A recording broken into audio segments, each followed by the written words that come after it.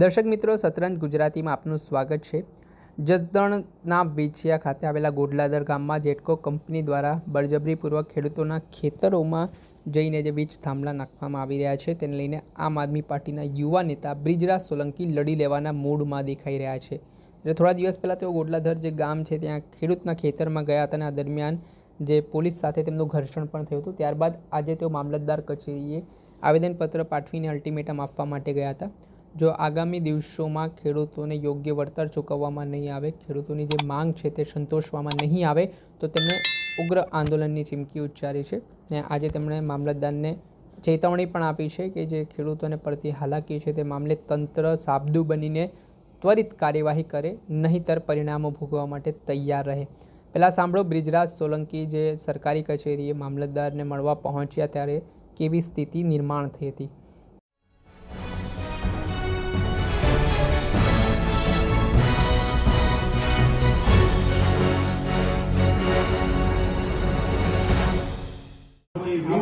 સ્પષ્ટપણે એવું દેખાય છે કે જે ભારતીય જનતા પાર્ટી એટલે સરકારના મળતિયાઓની ખેતર છે એમને તારવવામાં આવ્યા છે। અમારી પાસે પ્રૂફ છે, તો આપ અમે પ્રૂફ આપો। આ જ પ્રૂફ છે ને, આ મેપ છે, આ પ્રૂફ છે। આ રૂટ બનાવતા આમાં મને અમારા સિવાય આમાં મને કારણ આપો કે આ જે પોલની લાઈન છે એ સીધી જાય છે, છતાં પણ આડી કરવામાં કેમ આવી છે? ત્યાં ટેકનિકલી જે રીઝન હોય એના શું કારણે reason છે? આમાં ઘણી બધું કન્સ્ટન્ટ હોય, આમાં શું છે? વિન્ડ સ્પાન હોય, એરિયાના વિન્ડ ઘણી બધા reason હશે, પણ આમાં શું રીઝન છે એ મને કહો। આ જંગોળ ગામમાં શું રીઝન છે એ મને દર્શાવો। અત્યારે આપણે હા એ તો જ્યાં જ્યાં કઈ નડતર જેવું થતું હોય આમાં શું નડતર શું છે એમાં મને બતાવો। કોઈ બીજી કન્સ્ટન્ટ આમાં મને કહો કે આમાં તમે ક્લાસ 1 અધિકારી તરીકે તમને ખબર હશે કે આમાં શું છે। ત્યાં તો અમારે આપસી સમજૂતીથી બધું કામ પૂર્ણ કરેલું છે। પૂર્ણ કરેલું છે, તમારી પાસે જવાબ નથી સાહેબ। નહીં તો મને કહો, તો મને કે આડો રસ્તો કેમ કર્યો? આ વસ્તુ અમારે ટેકનિકલી ઈ જ ગામના ફાઇલમાં જોવું પડશે કે શું કારણ છે જેના કારણે તમારી અંદરમાં જ થયું છે ને ઇન્શોર? હા, તમારી અંદરમાં થયું છે તો તમને નથી ખ્યાલ પણ ઈ લોકેશન શું હમણાં તાજેતરનું છે? અને ત્યાં જંગોળમાં જે પણ કોઈ ક્રોસિંગ ડિટેલ હોય, કોઈ હાઈવે હોય, એના ક્રોસિંગના મેચ કરવા માટે જે પણ ખેતર તમે તારવ્યા છે એ બધા ભાજપના મળતિયાઓ ના, એવું નથી। એમના સમર્થકો છે। તમે સાહેબને કહીને ઓર્ડર અપાવો કે ભાઈ કામ ચાલુ ન કરે, જ્યાં સુધી વ્યવસ્થિત જવાબ ન મળે ને વળતર નહીં મળે ત્યાં સુધી કામ ચાલુ નહીં કરે। ઇધર લો એન્ડ ઓર્ડરનો તમારો પ્રશ્ન રહેશે। કાલ સવારે ત્યાં કાંઈ પણ મારા ખેડૂતોને કોઈ આંગળી અડાડશે કે ધોકો મારશે કે પોલીસ બળજબરીપૂર્વક તમારી ખેડૂતની માતાઓ બહેનોને લઈ જશે, પછી ત્યાં કાંઈ પણ થશે તો એ લો એન્ડ ઓર્ડરનો પ્રશ્ન રહેશે ને એની જવાબદારી તમારી હશે। અમે જેટકો કંપનીને નથી ઓળખતા, અમે કલેક્ટરશ્રીને સરકારને ઓળખીએ છીએ। કલેક્ટરશ્રી અને સરકારે અમને હુકમ આપ્યો છે, સરકારે નિયમ બનાવવો જોઈએ કે આ ખેડૂતને યોગ્ય વળતર ન મળે ત્યાં સુધી એક પણ પગથિયું આગળ વધવું નહીં। આ સરકારમાં બેઠેલા નેતાઓના ભ્રષ્ટાચારના કારણે એમને રૂપિયા મળે છે એટલે ખેડૂતોને દબાવીને આ પોલીસ ખેતરોમાં થાંભલા નાખે છે। એટલે મારી સ્પષ્ટ આપને રિક્વેસ્ટ છે, વિનંતી છે કે કામગીરી ચાલુ નહીં કરવા દેતા, નહીં તો લો એન્ડ ઓર્ડરનો પ્રશ્ન થશે। નુકસાન કેટલું છે એમની સામે એમને નુકસાન જોવું, એને તો કરાવી નથી।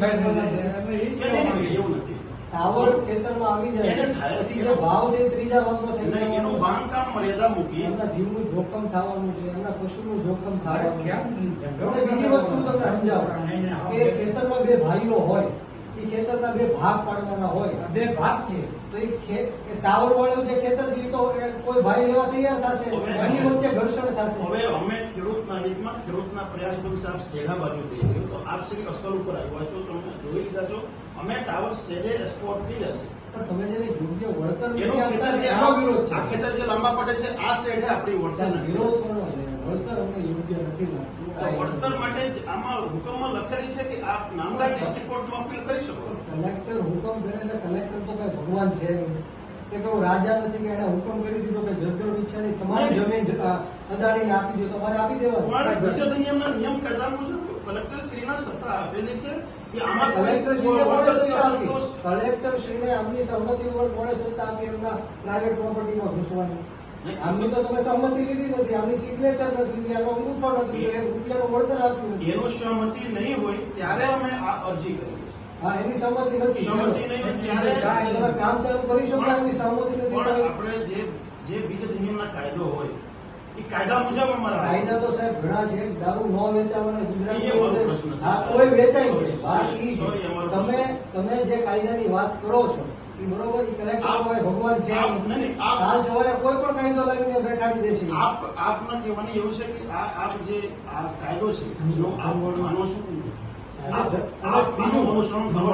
બીજું મેપ આપો તો ક્યાં છે? અને જંગવડ જે ગામ છે એમના આપણે એવો નિયમ હોય છે કે સીધી લાઈનમાં જ આપણે ટાવર નાખવાના હોય, એવો નિયમ હોય છે ને સાહેબ. ઇન શોર્ટ, જસદણ વિછિયાની અંદર એક પણ જગ્યાએ જેટકો કંપનીનું કામ ચાલુ થશે ત્યાં અમે વિરોધ દર્શાવશું, ત્યાં અમે આંદોલન પણ કરીશું અને કામગીરી સાહેબ થવાની છે. આ મારી સ્પષ્ટ કલેક્ટરશ્રીને પણ અમારી વિનંતી છે. એવું લાગે તો મને ફોન કરાવો. કોર્ટમાં છે તો એમના કોઈ પ્રતિનિધિ તરીકે તો હશે. એટલે સાહેબ આજે જસદણ વિછિયા તાલુકાના તમામ સમાજ, તમામ જ્ઞાતિના પક્ષપાત વગર અહીંયા ખેડૂતો ઉપસ્થિત થયા છે. જે રીતના 3 દિવસ પહેલા ગોડલાધાર ગામની અંદર 17 જેટલા જેટકો કંપનીના વીજપોલ, જે ખાનગી કંપની છે, પોલીસ પ્રોટેક્શન લાવીને અમારા ખેડૂત છે એમની સહમતિ વગર, એમની પરમિશન વગર ગેરકાયદેસર રીતના ખેતરોમાં ઘૂસીને પાકને નુકસાન કરીને વીજ થાંભલાઓ ઊભા કરવાનું કામ ચાલી રહ્યું હતું. ત્યારે 16 જેટલા પોલ તો ઓલરેડી આ વીજ કંપનીઓએ ઊભા કરી દીધા છે, પરંતુ આ છેલ્લો પોલ જ્યારે બાકી હતો ત્યારે અમને ખેડૂતનો ફોન આવ્યો, ખેડૂતે મને સંપર્ક કર્યો. ત્યારે અમારી સમગ્ર ટીમ સાથે અમે ત્યાં ખેતરમાં ખેડૂતોને લઈને પહોંચ્યા. ત્યારે જે આ અધિકારીઓ છે જેટકો કંપનીના, એમની સાથે વાર્તાલાપ થઈ, પોલીસના મિત્રો સાથે વાત થઈ. ત્યારબાદ મને જાણ થઈ કે પોતાના જ ખેતરમાં આ ખેડૂતને ઘૂસવા દેવામાં આવ્યા નહોતા.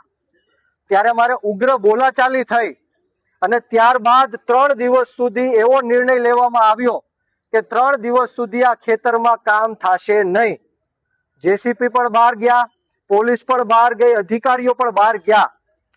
અને અહીંયા જે વીજ પોલ નાખવાના બાકી છે એ ખેડૂતો નહીં, પરંતુ ગુમરાહ કરીને, લાલચ આપીને જસદણ વિછિયાના ખેડૂતોના ગામમાં, ખેતરમાં જે વીજ પોલ ઓલરેડી ઊભા થઈ ગયા છે એની માટે પણ અમારી લડત છે. અહીંયા 3 ગામના ખેડૂતો આવ્યા છે. જંગવડ હોય, જીવાપર હોય અને ગોડલાધાર હોય, પાંચવડાના પણ ખેડૂતો અહીંયા ઉપસ્થિત છે. અમારે માંગ માત્ર એટલી છે કે જસદણ વિછિયાનો વિકાસ થતો હોય, પ્રગતિ થતી હોય, જનહિતના કાર્યોમાં અમે સરકારશ્રીની સાથે છીએ, પરંતુ માત્ર ને માત્ર આ વીજ પોલ ત્યારે જ અમે નાખવા દેશું જ્યારે ખેડૂતોને યોગ્ય વળતર મળે. ખેડૂતોને ટાવર દીઠ અમે 2 કરોડ રૂપિયાની માંગ કરીએ છીએ, તારના 1 કરોડ રૂપિયાની માંગ કરીએ છીએ. અને જો આ તમને યોગ્ય ન લાગતું હોય તો આ જે ખેડૂતોના ખેતરમાં થાંભલાઓ જે ઊભા થઈ ગયા છે કે થવાના છે, એને દર મહિને 50,000 રૂપિયા ભાડા કરારે આપવામાં આવે. અને એ પણ જો એમને સ્વીકાર્ય ન હોય તો આ જે ખેડૂતની જમીન છે, જે જંત્રી પ્રમાણે આજનો ભાવ છે, એની કરતા ડબલ ભાવે આ ખેતર ખરીદી લેવામાં આવે. પરંતુ અમારી માંગ એટલી છે કે આ ખેડૂતના ખેતરમાં જે વીજ પોલ ઊભા થવાના છે એ કદાચ 200 વારમાં ઊભા થવાના છે, પરંતુ ભવિષ્યમાં જ્યારે આ વીજ પોલ પડી જશે, તેમને રિપેર કરવામાં આવશે, ત્યારે આ જે આ કંપનીના લોકો છે એ હેલિકોપ્ટર લઈને તો આવવાના નથી, પેરાશૂટથી તો આવવાના નથી. આ ઊભા પાકને નુકસાન કરીને આ ખેડૂતોના ખેતરમાંથી ચાલીને આવવાના છે. તો આ જે વીજ પોલ નાખવાના છે એ જમીનની સાથે એક રસ્તો કાઢવામાં પણ આવે અને આ રસ્તાનું પણ વળતર આ ખેડૂતોને આપવામાં આવે. આ અમારી માંગણી છે. અને અત્યારે કદાચ સાહેબ શ્રી ઉપસ્થિત નહીં હોય કે ભાગી ગયા હશે કે મને કઈ ખબર નથી, પરંતુ અત્યારે તાત્કાલિક ધોરણે આપના તરફથી પોલીસને અને કંપનીને સૂચના આપવામાં આવે કે આ કાર્ય છે એ તાત્કાલિક ધોરણે બંધ કરવામાં આવે. અમે ત્યાં કામ કરવા દેશું નહીં. અમારે શાંતિપૂર્ણ રીતના ગાંધી ચિંધ્યા માર્ગ ઉપર અમે તમને રિક્વેસ્ટ કરીએ છીએ, વિનંતી કરીએ છીએ. અમારે કોઈ હોબાળો કરવો નથી, અમારે કોઈ ઉગ્ર બોલાચાલી કરવી નથી. આપ સાહેબ શ્રી ફોન ઉપર, ટેલિફોનિક ફોન ઉપર કલેક્ટરશ્રીને ચર્ચા કરવી હોય તો પણ કરી લ્યો, વીજ કંપનીના માલિકોને ચર્ચા કરવી હોય તો પણ કરી લ્યો. ત્યાં સુધી અમે અહીંયા ઊભા છીએ. તમારા જવાબની અમે રાહ જોઈએ છીએ. અને જો તમારા પાસેથી અમને નેગેટિવ જવાબ મળશે કે ત્યાં કામ ચાલુ રહેશે ખેતરની અંદર, તો અમે ગાંધી ચિંધ્યા માર્ગ ઉપર આંદોલન પણ કરવાના છીએ. તમારી આ માંગ છે ને આજે અત્યારે જ હમણાં જવા દઈએ છીએ સાહેબ. અમારી માંગ અત્યારે જવા દઈએ છીએ, પરંતુ મીડિયાની સમક્ષ આપને પણ હું કહેવા માંગુ છું અને આ મેપ દેખાડવા માંગુ છું કે આ જીવાપર ગામનો મેપ છે, જીવાપર ગામનો નકશો છે.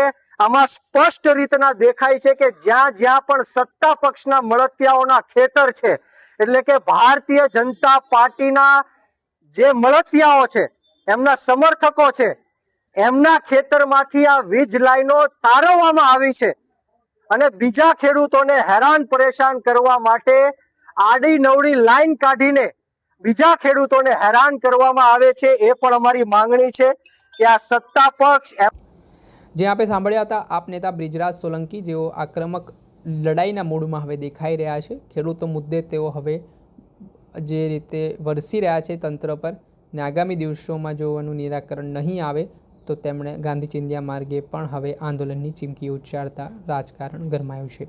દર્શક મિત્રો, આવા જ વિડીયો જોવા માટે સતરંજ ગુજરાતી જોતા રહો, લાઇક કરો, શેર કરો.